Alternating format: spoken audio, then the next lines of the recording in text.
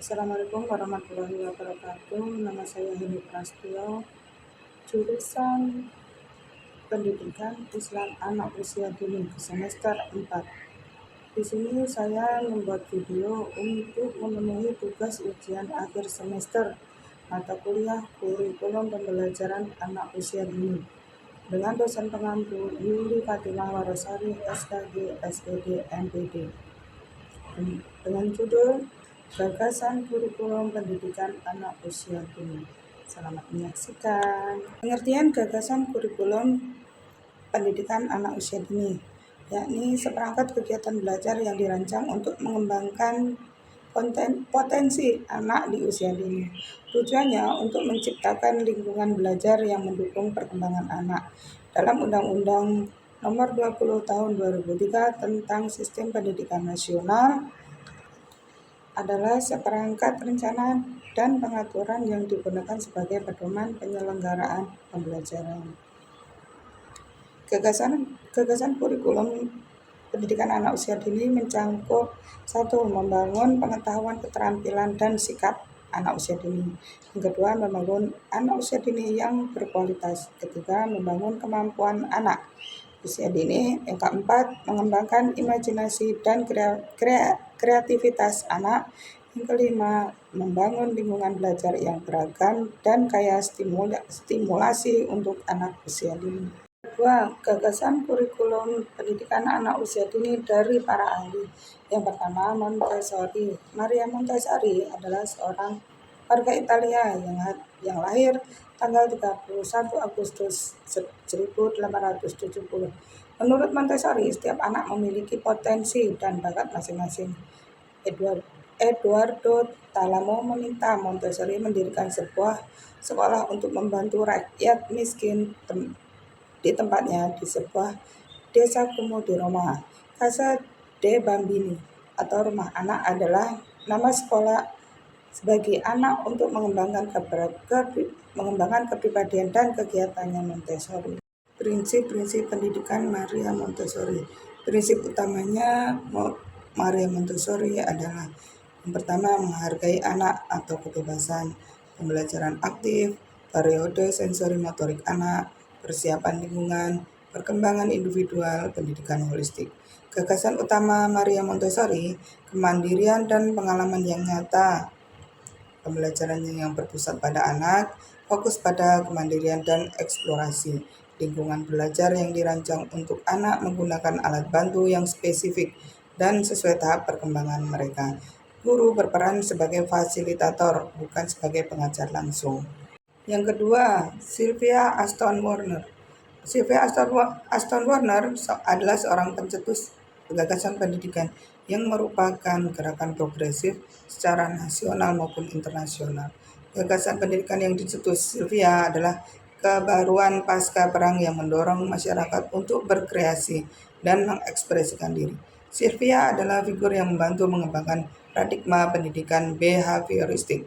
Menurut teori behavioristik, belajar adalah perubahan yang dialami anak didik ketika mereka bertingkah laku secara yang berbeda sebagai akibat dari stimulus. Prinsip-prinsip kurikulum Sylvia Ashton Warner. Ada beberapa aspek yang menarik dari gagasan Sylvia tersebut sebagai berikut. Kurikulum dan peran guru sangat penting dalam keberhasilan pendidikan. Sumber-sumber belajar adalah rencana tindakan yang harus dibuat oleh guru selama proses pembelajaran. Pengaturan kelas, aturan, pedoman, dan kebiasaan termasuk dalam praktik pembelajaran guru. Yang selanjutnya, metode pembelajaran. Metode pembelajaran yang berpusat pada anak akan mendorong pertumbuhan individu yang sehat dan bahagia. Strategi pembelajaran yang termasuk dalam model pembelajaran individu, yakni pembelajaran non-direktif, latihan kesadaran, latihan sintetik, sistem konseptual. Pembelajaran direktif, yakni yang bertujuan untuk meningkatkan kemampuan dan perkembangan pribadi, kesadaran diri, pemahaman dan konsen diri. Latihan kesadaran yang bertujuan untuk meningkatkan kemampuan siswa untuk untuk berinteraksi dan peduli dengan orang lain. Latihan sintetik bertujuan untuk meningkatkan kemampuan siswa untuk memecahkan masalah secara kreatif. Sistem konseptual yakni bertujuan untuk meningkatkan kemampuan dasar pribadi yang luas. Gagasan utama Sylvia Aston Warner, pembelajaran personal dan mengembangkan metode vocabulary yang merupakan kata-kata bermakna emosional bagi anak untuk mengajar literasi. Pendekatan ini berfokus pada pengalaman pribadi anak untuk meningkatkan motivasi belajar. Yang ketiga adalah Caroline Park. Caroline Park adalah seorang kontemporer dari Maria Montessori. Seorang pendidik dikenal karena karyanya dalam pendidikan berpusat pada anak. Filosofi pendidikannya menekankan pentingnya imajinasi dan kreativitas dalam proses belajar, yang menurutnya penting untuk pengembangan kognitif dan sosial anak. Prinsip-prinsip kurikulum Caroline Park yakni gagasannya didasari oleh keyakinan bahwa anak-anak adalah pembelajar yang aktif dan memiliki rasa ingin tahu yang tinggi. Gagasan kurikulum menurut Caroline Park antara lain berpusat pada anak, yang kurikulum harus dirancang berdasarkan kebutuhan, minat, dan gaya belajar individu anak. Berbasis bermain, yakni bermain merupakan sarana utama pembelajaran bagi anak usia dini. Lingkungan belajar yang kaya stimulasi. Lingkungan belajar harus menyediakan berbagai macam alat dan bahan yang dapat digunakan anak untuk bermain dan bereksplorasi. Peran guru sebagai fasilitator membantu anak dalam belajar dan berkembang. Gagasan utama Caroline Park yakni bermain konstruktif dalam pembelajaran berbasis pengalaman. Caroline Park memandang bermain cara utama belajar anak-anak melalui penggunaan alat bermain. Pendekatannya menekankan pembelajaran berbasis pengalaman. Yang keempat, Constant Kami and Rita de Vries. Constant Kami dan Rita de Vries merupakan dua orang tokoh pakar pendidikan dari Amerika Serikat.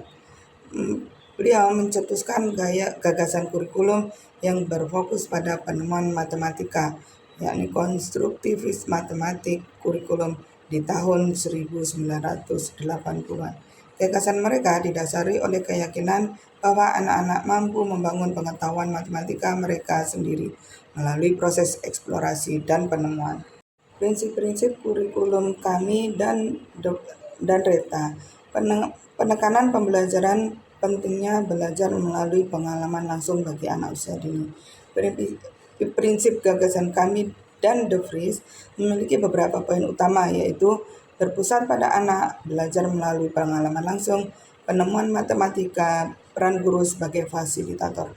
Gagasan utama Kami dan Rita de Vries yakni yang pertama, konstruktivisme Piaget menekankan bahwa anak belajar melalui interaksi dengan lingkungan dan aktivitas yang menantang.